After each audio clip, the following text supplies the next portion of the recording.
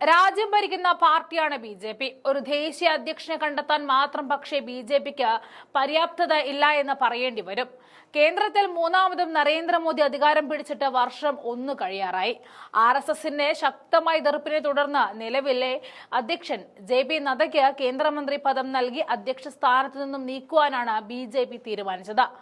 നദ്ദ അധികാരമേറ്റെടുത്ത് വർഷം 1 കഴിഞ്ഞിട്ടും ഇന്നും അധ്യക്ഷ പദവിയിൽ തുടരുകയാണ്. ബി.ജെ.പിയുടെ രാജ്യത്തെ ഉരുക്കുകോട്ടകളായ 3 സംസ്ഥാനത്തെ നേതാക്കന്മാരുടെ തമ്മിലടിയാണ് അധ്യക്ഷനെ തീരുമാനിക്കുന്നതിൽ നിന്നും ബി.ജെ.പി. അകറ്റി നിർത്തുന്ന ഘടകം. ഗുജറാത്ത്, ഉത്തർപ്രദേശ്, പിന്നെ കർണാടക. ഈ 3 സംസ്ഥാനങ്ങളിൽ ജില്ലാ അധ്യക്ഷന്മാരെയും സംസ്ഥാന അധ്യക്ഷന്മാരെയും കണ്ടെത്താൻ ബി.ജെ.പിക്ക് ഇതുവരെ സാധിച്ചിട്ടുമില്ല. ഈ സംസ്ഥാനങ്ങളിൽ പുതിയ അധ്യക്ഷന്മാർ വന്നതിൽ ശേഷം മാത്രം ദേശീയ അധ്യക്ഷനെ തീരുമാനിക്കാം എന്നാണ് കേന്ദ്ര നേതൃത്വം തന്നെ പറയുന്നത്. മോദി അടക്കമുള്ള നേതാക്കൾ ഇടപെട്ടിട്ടും സമായത്തിലെത്താൻ സാധിക്കാത്തത് വലിയ നാണക്കേടാണ് പാർട്ടിക്ക് ഉണ്ടാക്കുന്നത്. ഈ 3 സംസ്ഥാനത്തും ജില്ലകളുടെ അധ്യക്ഷ തെരഞ്ഞെടുപ്പ് പകുതി മാത്രമാണ് കഴിഞ്ഞിരിക്കുന്നത്. ഇനിയും പകുതിയിലേറെ പൂർത്തിയാക്കാനുമുണ്ട്. ഉത്തർപ്രദേശിലെ ബി.ജെ.പി. അധ്യക്ഷൻ എന്ന പദവിക്ക് അവിടുത്തെ മുഖ്യമന്ത്രി പദവിയേക്കാൾ തിളക്കമുണ്ട്. അതുകൊണ്ട് തന്നെ ഒരു ഡസൻ നേതാക്കളാണ് അത് ലക്ഷ്യമിട്ട് വട്ടമിട്ട് പറക്കുന്നത്. ജില്ലകളിലെ അധ്യക്ഷന്മാരാണ് സംസ്ഥാന അധ്യക്ഷനെ നാമനിർദ്ദേശം ചെയ്യുന്നത്.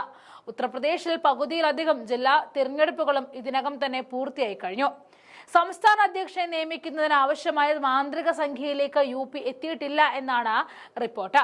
UPക്ക് വേണ്ടി പാർട്ടി എന്ത് ഫോർമുല സ്വീകരിക്കും എന്നതിനെ കുറിച്ച് ഇപ്പോഴും ഊഹാപോഹങ്ങളും നിലനിൽക്കുന്നുണ്ട്. അധ്യക്ഷൻ ഒരു ദളിത് മേഖലയിൽ നിന്നുമുള്ള ആളാണെന്ന് പറയുമ്പോൾ OBC അല്ലെങ്കിൽ സവർണ വിഭാഗത്തിൽ നിന്നുമുള്ളവരായിരിക്കണമെന്ന നിർദ്ദേശവും ചിലർ മുന്നോട്ട് വെക്കുന്നുണ്ട്. ഇതാണ് തിരിച്ചടിയായിട്ട് മാറുന്നത്. ആദ്യഘട്ടത്തിൽ ജില്ലാ പ്രസിഡന്റ് തെരഞ്ഞെടുപ്പ് UPയിൽ വേഗത്തിൽ പൂർത്തിയാക്കിയെങ്കിലും പകുതി കഴിഞ്ഞതോടെ കാര്യങ്ങൾ ബി.ജെ.പിയുടെ കൈവിട്ട് പോവുകയായിരുന്നു. കർണാടകയിലും പകുതി ജില്ലാ തെരഞ്ഞെടുപ്പ് പൂർത്തിയായിട്ടും കാര്യങ്ങൾ വളരെ കാലമായി സ്തംഭിച്ചിരിക്കുകയാണ്. സംസ്ഥാനത്ത് മുൻ മുഖ്യമന്ത്രിയും ലിംഗായത്ത് ശക്തനുമായ BS യെദ്യൂരപ്പയുടെ മകനും സംസ്ഥാന ബി.ജെ.പി. മേധാവിയുമായ BY വിജയേന്ദ്രയ്ക്ക് ബസന്നഗൌഡ പാർട്ടിയിൽ നടത്തിയ നിരന്തരമായ അധിക്ഷേപങ്ങൾ ബി.ജെ.പിയെ നാണം കെടുത്തിയിട്ടുണ്ട്. 2025 മാർച്ചിൽ ബസന്നഗൌഡയെ പാർട്ടിയിൽ നിന്നും പുറത്താക്കേണ്ടി വന്നതോടെ ബി.ജെ.പിയിൽ പൊട്ടിപ്പുറപ്പെട്ട കലാപം ഇന്നും അടങ്ങിയിട്ടില്ല. ഇതോടെയാണ് കർണാടകയിൽ ബി.ജെ.പി. തെരഞ്ഞെടുപ്പിൽ അനിശ്ചിതത്വം ഉടലെടുത്തത്. ഗുജറാത്തിലേക്ക് വന്നാൽ RSSുമായിട്ടുള്ള അഭിപ്രായ ഭിന്നതയാണ് തടസ്സമായി നിൽക്കുന്നത്. ജില്ലാതലങ്ങളിൽ RSS പ്രവർത്തകരെ അധ്യക്ഷ പദവിയിൽ എത്തിക്കുന്നതിനെ ബി.ജെ.പി. എതിർത്തിരുന്നു. ഇതോടെ തെരഞ്ഞെടുപ്പ് നിർത്തിവെക്കേണ്ടി വന്നു. ഈ 3 സംസ്ഥാനങ്ങളിലെ അധ്യക്ഷ പദവിയിൽ ആളാകുന്ന മുറയ്ക്ക് ദേശീയ അധ്യക്ഷനെ പ്രഖ്യാപിക്കുവാനാണ് ബി.ജെ.പിയുടെ ശ്രമം. എന്നാൽ അതത്ര എളുപ്പമുള്ള കാര്യമല്ല എന്ന സൂചനകളും പുറത്തു വരികയാണ്. ബി.ജെ.പിയുടെ ഭരണഘടന അനുസരിച്ച് സംഘടനാ തിരഞ്ഞെടുപ്പ് താഴെ നിന്ന് മുകളിലേക്കാണ് പോകുന്നത്.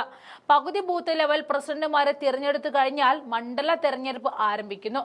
പകുതി മണ്ഡലം പ്രസിഡന്റുമാരെ നിയമിച്ചു കഴിഞ്ഞാൽ ബി.ജെ.പി. ജില്ലാ തിരഞ്ഞെടുപ്പ് ആരംഭിക്കും. പകുതി ജില്ലാ പ്രസിഡന്റുമാരെ പ്രഖ്യാപിക്കുമ്പോൾ പാർട്ടി സംസ്ഥാന പ്രസിഡന്റിനെ നിയമിക്കും. പകുതിയും സംസ്ഥാന പ്രസിഡന്റുമാരെ നിയമിച്ചതിന് ശേഷമാണ് ബി.ജെ.പി. ദേശീയ പ്രസിഡന്റിനെ തിരഞ്ഞെടുക്കുന്നത്. ബി.ജെ.പിക്ക് ഇന്ത്യയിൽ 37 സംസ്ഥാന യൂണിറ്റുകൾ ഉള്ളതിനാൽ അവരുടെ മാജിക് നമ്പർ 19 ആണ്. അതിലേക്ക് എത്താനുള്ള തീവ്ര ശ്രമത്തിലാണ് ബി.ജെ.പി. എന്നും കാണാം.